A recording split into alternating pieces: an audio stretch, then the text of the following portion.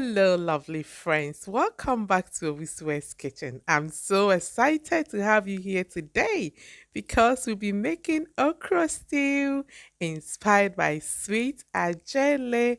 She's an incredible cook, and I'm going to recreate her original delicious recipe with few twists here and there. Come on in, let's do this.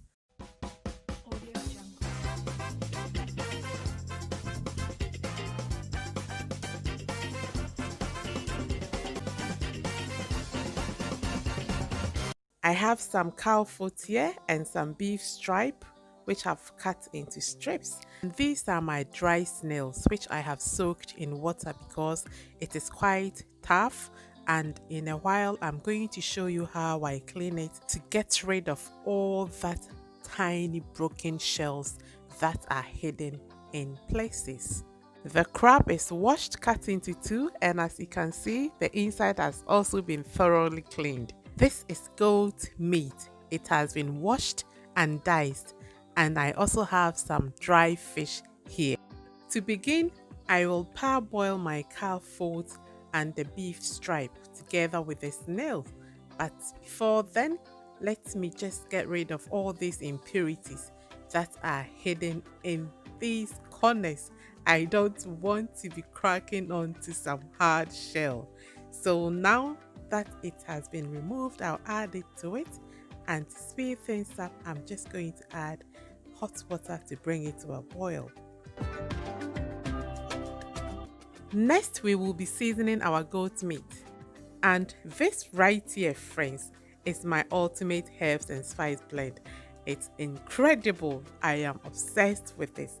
And I'm going to scoop 1.5 spoonfuls as well as some homemade meat seasoning powder, some salt to taste, and a handful of chopped onions, and let it steam for a bit.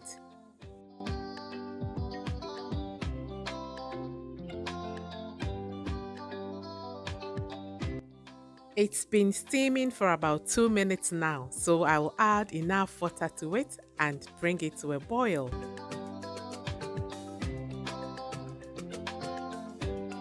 Whilst this is going on, let's move on to the veggies. So first, going into my food processor are some red bell pepper. I'm using one medium size.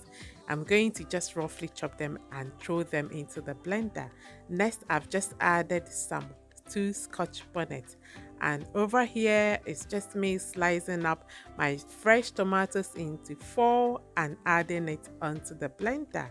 I also have some ginger here, which I'm going to chop into small pieces and add it as well, and I'm going to roughly blend it into this kind of texture. But if you don't have food processor, you may use your regular blender with the pulse button. Next, I'll just finish chopping up the okra as most of them has already been done.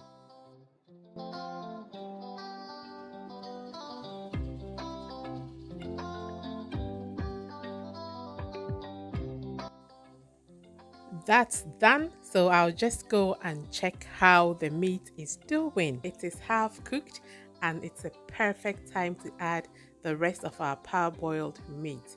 So I've just added the snails and the rest, and I will stir it in and let it cook together. This stock is good.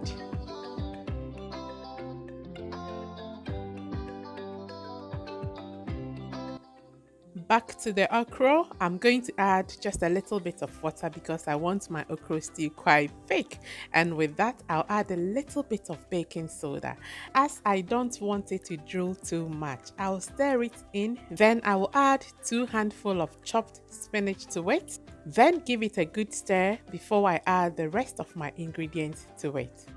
And I would like to thank you for stopping by, for watching, for liking, and for subscribing. If you are new here, you are welcome. Akwaba. I hope you are here to stay. Once this has steamed down, I'm going to go ahead and add some chopped mushrooms together with handful of chopped onions. Yes, I love to cook with lots of onions because they add so much flavor to any dish. I'll stir it in again, and almost immediately after, let's say about 2 minutes, I'm going to turn the fire off and move on to the main thing, the stew. Yes, so I have just dropped in some palm oil, and onto that is my homemade tolo beef, salted beef. Link is in the description box. This is amazing. I'll let it fry for a bit before I add my chopped onions. And I have just done that, and this is me just stirring it in to incorporate with the beef, and I'll let it cook for a bit. Now, with salted beef, the salt can quickly settle at the bottom. So here I am just scraping it up to infuse into the oil. This has been cooking for about 3 minutes now, and so it is the perfect time to add our tomatoes and pepper mix blend and stir it in again and let it cook down completely. And I'm going to keep an eye on it. But in the meanwhile, I'll go ahead and start the banku. I've just added some salt to it, and I'll stir it until it comes to a form. And then I'll go check on our stew. It is doing great. It has reduced nicely. So it is time for me to add my dry fish. This goes in, and I'll stir it in and let it cook together for about a minute or two. And then it is time for me to add our stock. And I will just give it a good stir and let it simmer together beautifully for about 3 minutes before I add the crabs. There it goes. Let's try and get these crabs underneath the stew where it belongs so it can release its juices at the right places. I'm going to cover it up for a bit. And the next time I open this, the trapped vapor would have made it loosen up a bit. Look, is this looking inviting or good? I'm going to just give it a stir, and then we will move on to add the rest of our meat and stir it in again. And I'll cover it and leave it on the lowest heat possible, stirring occasionally. Ta-da! The banku is ready! And if you are watching this and you don't know what banku is, it's simply fermented cassava and corn dough, and it's so popular with okra stew in Ghana. You can mold it into any shape that you like, but here I'm just twisting it around like this and tucking it at the bottom. It makes such a nice shape.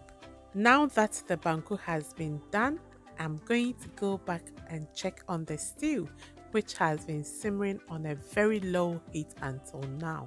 So friends, I have just tasted it and it needs a little bit of salt, so I've just added some.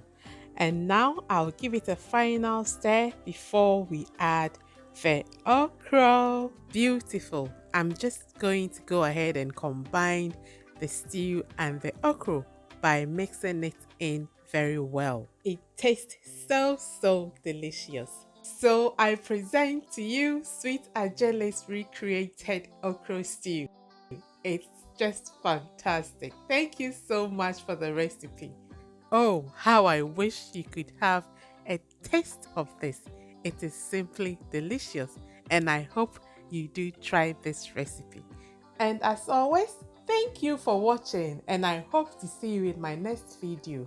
But until then, stay blessed and take care. Bye!